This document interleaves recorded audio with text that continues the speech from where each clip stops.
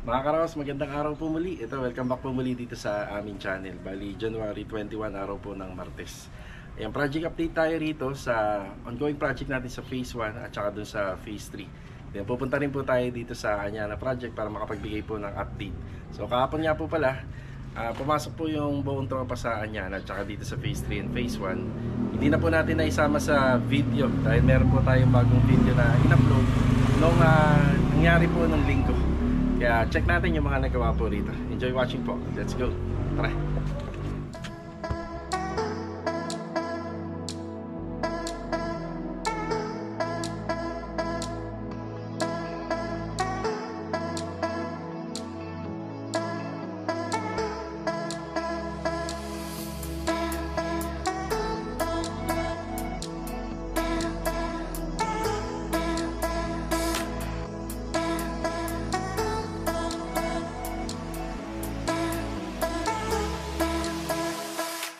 Mga ginagawa namin na ongoing project. Ito muna tayo sa Phase 3. Tapos sa kagandahan ng ganyang kulay ng tiles, hindi po siya madumihing tingnan. Yan, bali nag-usap po kami rito. Bala po nila mag-overtime agad. Yan, ano na po. Importante rin nga talaga may ilaw eh. Ano, Master Jobs? Lucky Martin. Hindi pa ba ano to? May kulay brown tayo. Yung 110 ang puti natin. Okay, start na tayo ulit mga ka-row house.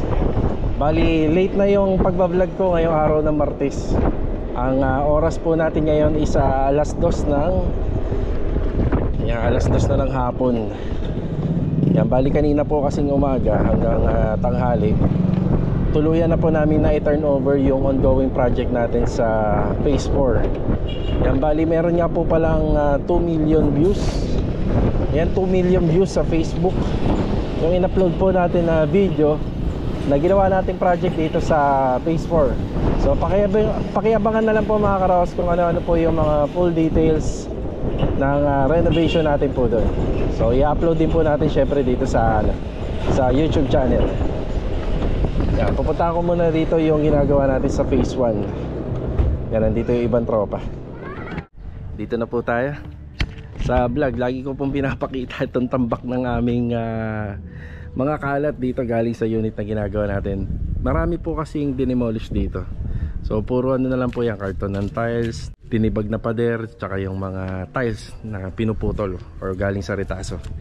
Tapos syempre kasama na po dyan yung pinagbistahan. Ito buhangin pa po ito, konting buhangin na lang po yung mga gamit dito. Ayan, bali naka-schedule po ito ngayong araw.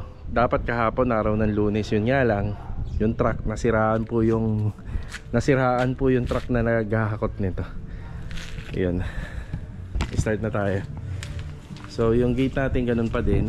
Hindi ko po muna ito pinapatapos para makaluwag po tayo rito. Yung pabalik-balik luwag, maluwag-luwag. Ayan na, merienda muna. Ayan bate. Magandang hapon, Louie. Magandang hapon. Si Bilog nandito, si Rusty. Ayan, magandang hapon. Magandang hapon. Yun. Tsaka din na magandang hapon. Oy, magandang hapon. Maganda tayo mga karos dyan. Pansit tsaka pandesal yan. Isa. Hindi pa umaga ito.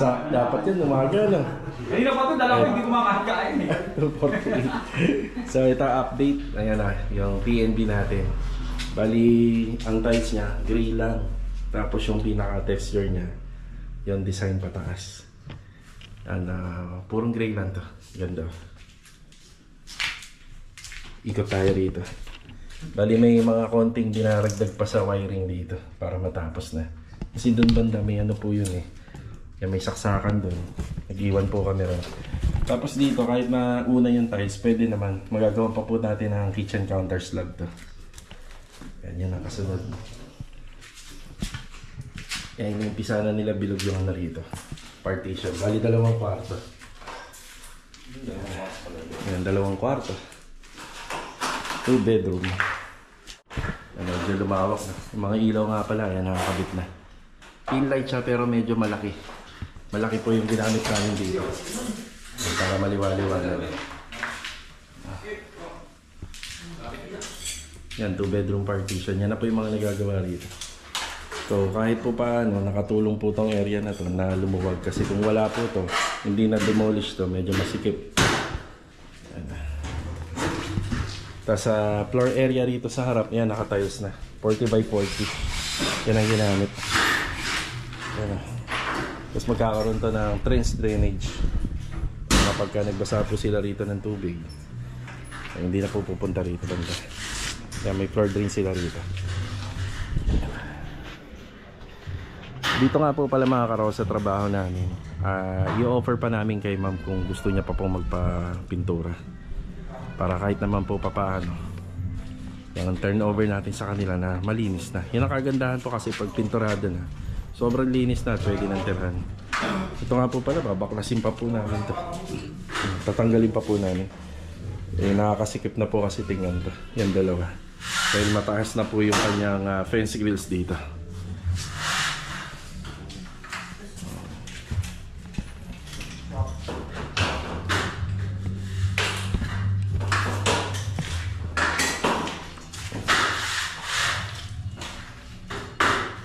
Yan, doon nga po pala sa nag-comment, no, bakit daw hindi na lang po nilipat yan doon.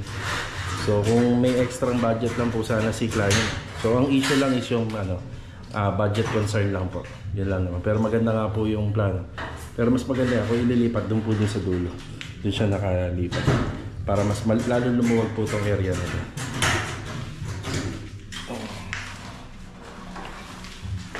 Yan, ang sukat po nito is 3 meters. Yan, 3 meters. Then yung sa matitira is 2.3 meters. Then ang pinaka sukat naman po nito is ano po siya, 174 cm. Yan, pinaka bedroom natin dito. So ang magkakasya po rito, pwedeng full double or double. Queen size pwede rin pero medyo masikip na rito banda. Log, may air vent to ha. Sa gitna. Baka maano mo. Meron? Oo. Bakit hindi pa naman nakapagpapalagay? Oo, sige. Gano'n kalaki yung ano? 30. 30 pa rin. 30? Oo. Hindi may header din yung ano yun sir? Wala na. Oo, may header din. Kano yung ano yun? Kung i-header eh. Kaya meron po siyang header parang ganito. Yan, may clearance. May gap. Ang tulong po kasi nito, hindi naman na mapapalamig ng aircon yan, yung kabila. Pero may papasok at papasok pa rin na lamig. Kapag nagkaroon ng aircon dito, may tatawid pa po sa taas. Saka ventilation na rin syempre.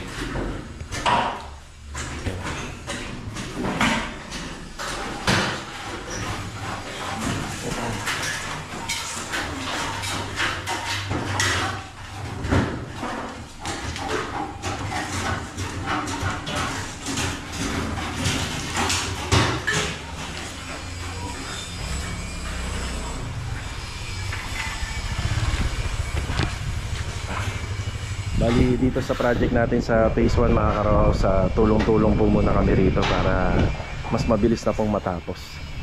Kasi pagka natapos po namin to, hindi naman po per finishing to. Bali hanggang ganyan na lang po yan, 2 kwarto, ceiling, tiling.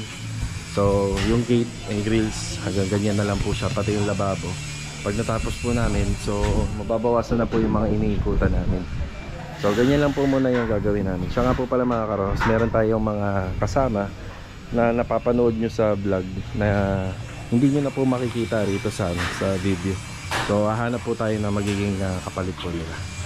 So ganyan naman po talaga sa trabaho, merong umaalis pero meron naman pong bagong pumapalit. So focus po muna tayo. Bali hindi ko po muna pina-priority ito. Pag natapos na lahat sa loob, tanggal kalat kami, maglilinis, tatapusin po yung gate.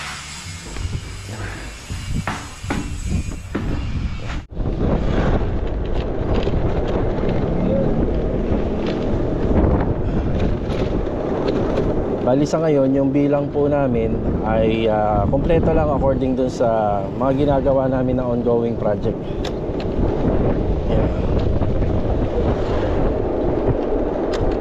Dito muna tayo sa phase 3. Yan, nandito si Kuya Sandy at saka si Kuya Richard.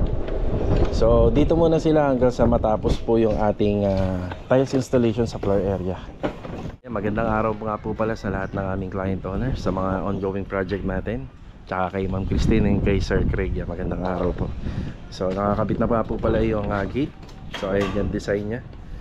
Para siya may design dyan sa gitna. Tapos puro horizontal yung installation ng tubular.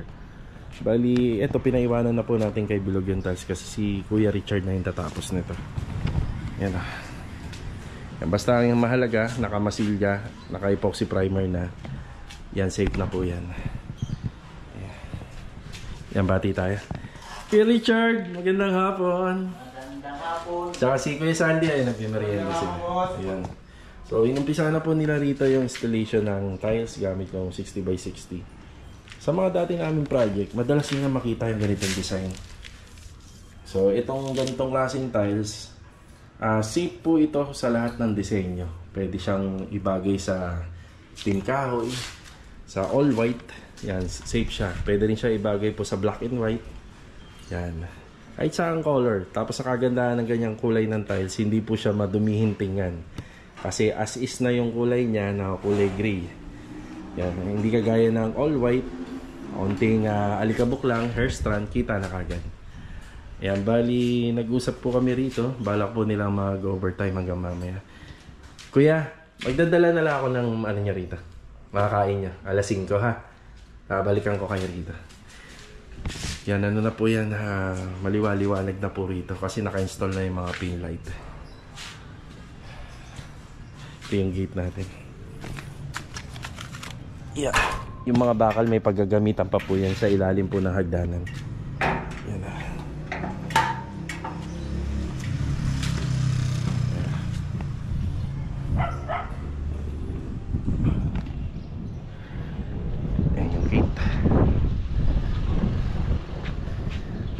Tapos dito naman po sa taas, halos konting portion na lang po ng partition yung gagawin po rito. Actually ano na nga lang po yun sliding na lang po yung kailangan doon. Then meron din po tayong finishing carpentry doon sa closet, isa. Tapos kapag natapos po yung overall tiling dito, pwede na po natin pasimulan yung TV console, pati yung bar counter. Yan lang naman po yan ang pagkakasunod-sunod yan. Tapos dito sila Kuya Richard at Kuya Sandy. Pag natapos po nila yung tiling dito, so pwede na po silang lumipat ulit dun sa Anyana. So dun sa Anyana, magbibigay din po tayo ng update dun sa mga nagawa. Yan, bigay tayo ng update para malaman po natin kung bukas or sa susunod na araw pwede na po silang magtrabaho dun. Yan. Kung madadagdagan pa po yung mga ongoing project natin, kailangan din po natin talaga magdagdag ng manpower. Medyo kulang din po talaga kami ngayon versus dun sa mga nagpapagawa. Yan, may mga ongoing na magpapagawa. At saka dito nga rin po pala, may magpapagawa rito. Lakarin na nga lang po natin. Sana walang aso. Dito sa phase 3, ang problema lang dito, may meter base pero wala pang kuryente. Pero pumayag naman yung kapitbahay na pwede tayo magpa-extension doon. So silang dalawa na yung mag-uusap, silang bahala na. Yan, viewers din po natin to, regular viewers sa ating YouTube channel. Yan, natin sa vlog kasi lagi nanonood yun si Sir eh. Yan, ito yung unit niya. So yung unit niya, kung sa sasakyan, sariwa. So yun na. Maganda mag-renovate dito, gawa ng lahat open pa. Tapos ang gusto niyang ipagawa rito, overall finish, up and down interior. Tapos kung may mga kailangan gawin, yan, sinama namin sa kontrata yung leak problem sa gilid, pati dito sa side. Yan, may problema rin dito. Yan dyan, may tumatagos na tubig dyan sa tuwing umuulan, pumapasok sa loob. Yan, nagmo-moisture. Tapos syempre, i-retouch na po natin yung buong bahay. Gagalawin din po natin yung taas ng bubong dahil alam naman natin may mga tulo yan. Tsaka yung mga problema sa electrical, tsaka sa sanitary line and water line. So i-connecta natin. Ayun, may tubig na siya. Okay, may tubig na siya. So i-connect na lang po natin yung papasok sa loob. Pati yung sanitary line, yan, aayusin po natin kasi baka mamaya barado po to. Malalaman naman po natin yan. So meter base pa lang, pero yun nga, Wala pa po siyang kontador talaga yung Metro. Wala pang supply. Papasok dito sa load side.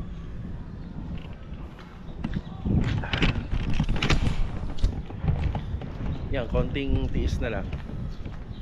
Ang hinihintay ko na lang dito yung gate pass. Pasa na tayo pero walang tao sa opisina eh. So dito po kasi sa phase 3 kailangan updated tayo sa gate pass. Yan na. So okay na po tayo rito. Yan na po yung update natin dito sa Lumina phase 1 tsaka phase 3. So nag-vlog na ako dun sa phase 4. Yun nga lang, per turnover kasi yung vlog natin dun. Yeah, ito, punta na tayo ng Anyana. Tara. Iyon, oh. Kailangan nga talaga natin pumunta ng Anyana kasi natanggal yung side mirror ng owner type Jeep. Yan, para safe. Yan, pinagawa ko muna kila Master Batang. So ang nangyari po doon, nabasag yung salamin. Yan, bago na po yan. Yan, gamit tong e-bike. Tara.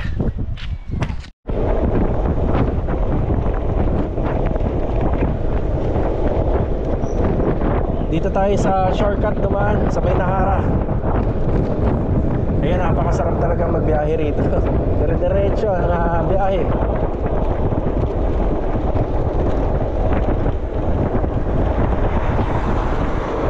Ito yung papuntang Gentry. Kaya dun sa mga taga General Trias na nagtatanong sa amin, lalo na sa Lancaster, yan lang po talaga yung mabilis na daan. Pero medyo inaaral pa po namin. Malay nyo, balang araw makatanggap kami ng trabaho dyan. Kahit isa lang. Sa amin naman kapag nakagawa na kami doon sa isang area, kahit medyo malayo, makakasanayan naman namin yun. Pero kailangan pa rin kompleto kami sa kagamitan. Kailangan meron kaming maayos na sasakyan. So ito, nag-iipon pa tayo na. Kahit siguro L300 lang pwede na, diba? Malaking bagay na yung L300.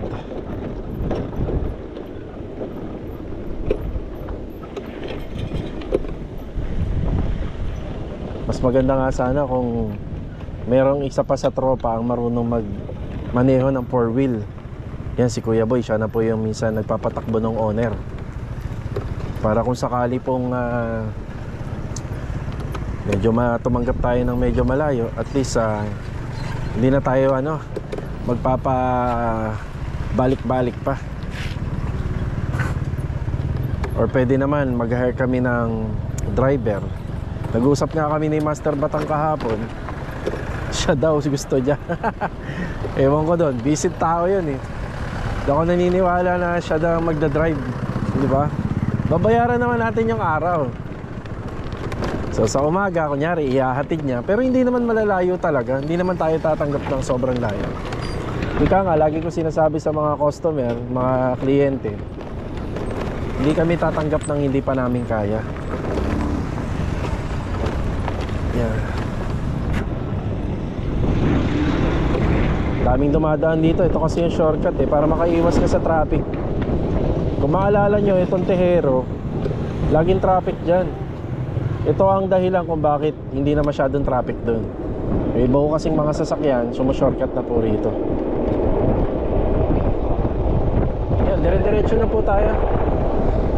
Yan, update na tayo sa Anyana. Sa ginagawa nating Anyana project. Tara.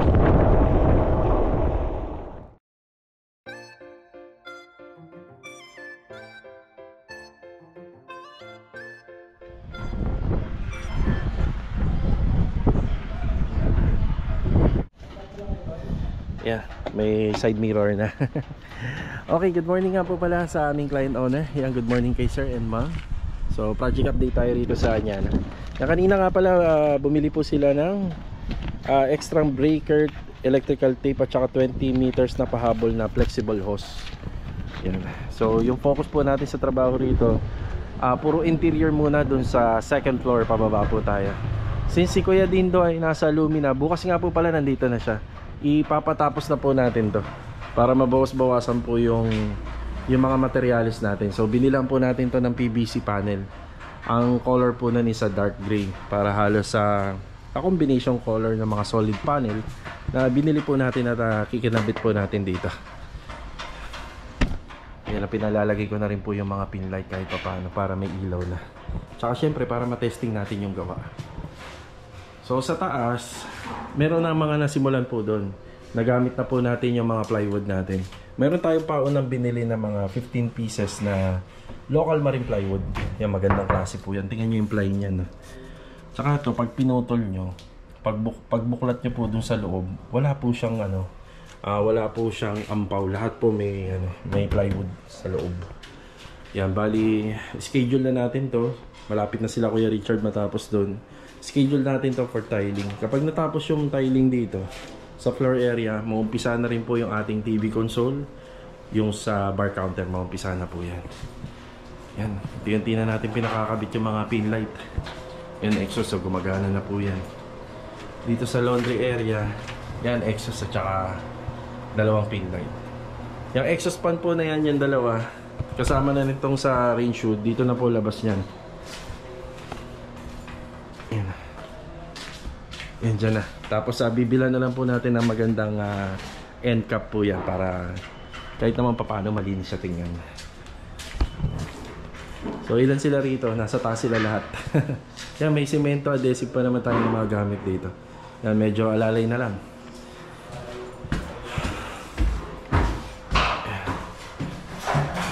Yan, mga materyales.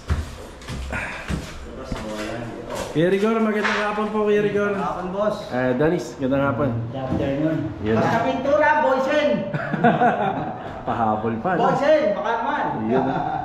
Okay, bali si Kuya Masilya, Kuya Rigor. Pero ito na yung mga nagawa niya. Ayan o.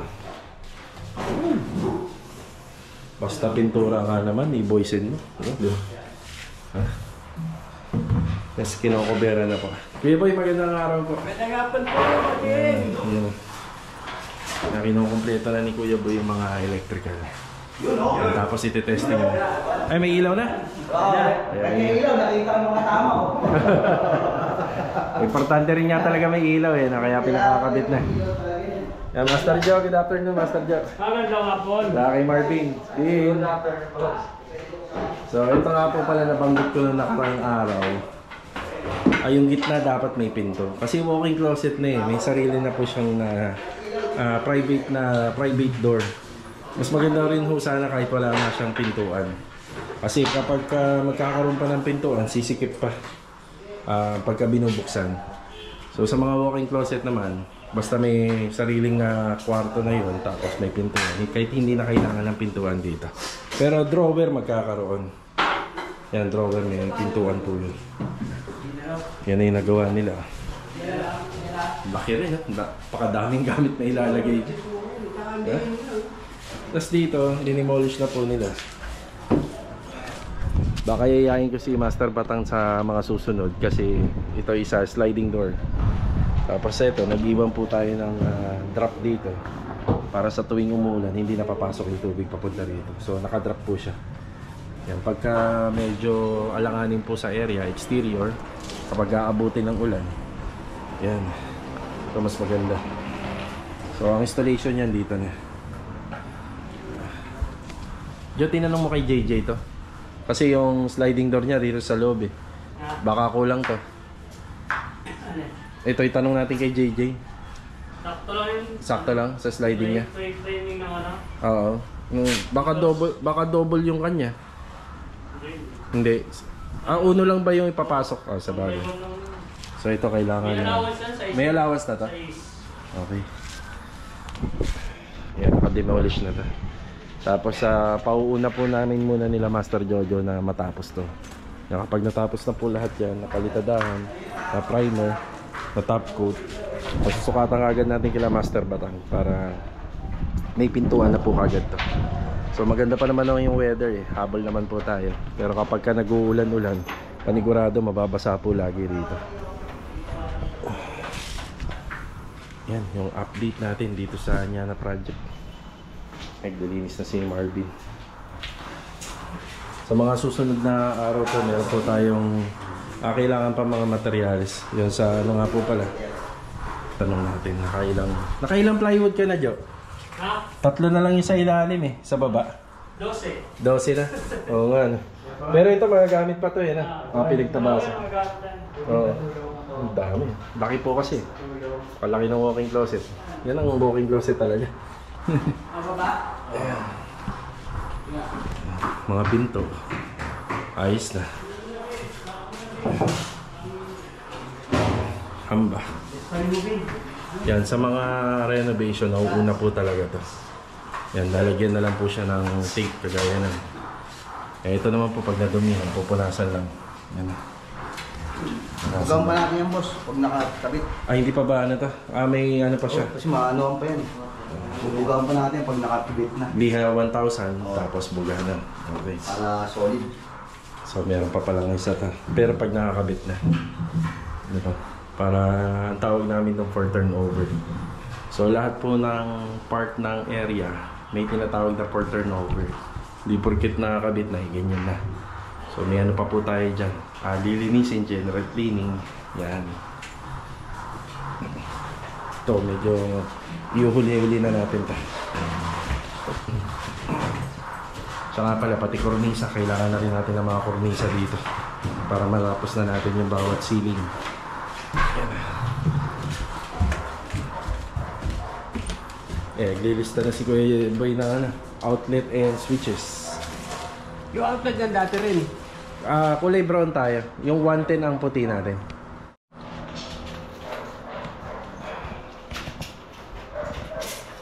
Konting tambol na lang pala rito. Matatapos na yung gob ceiling.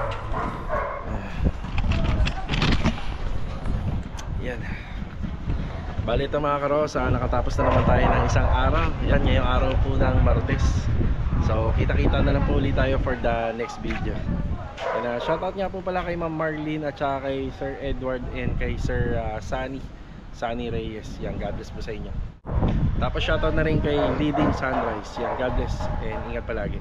So, paano mga karos, kita-kita na lang po ulit tayo for the next video. Ingat po tayo lahat. Ito, paalam po muna.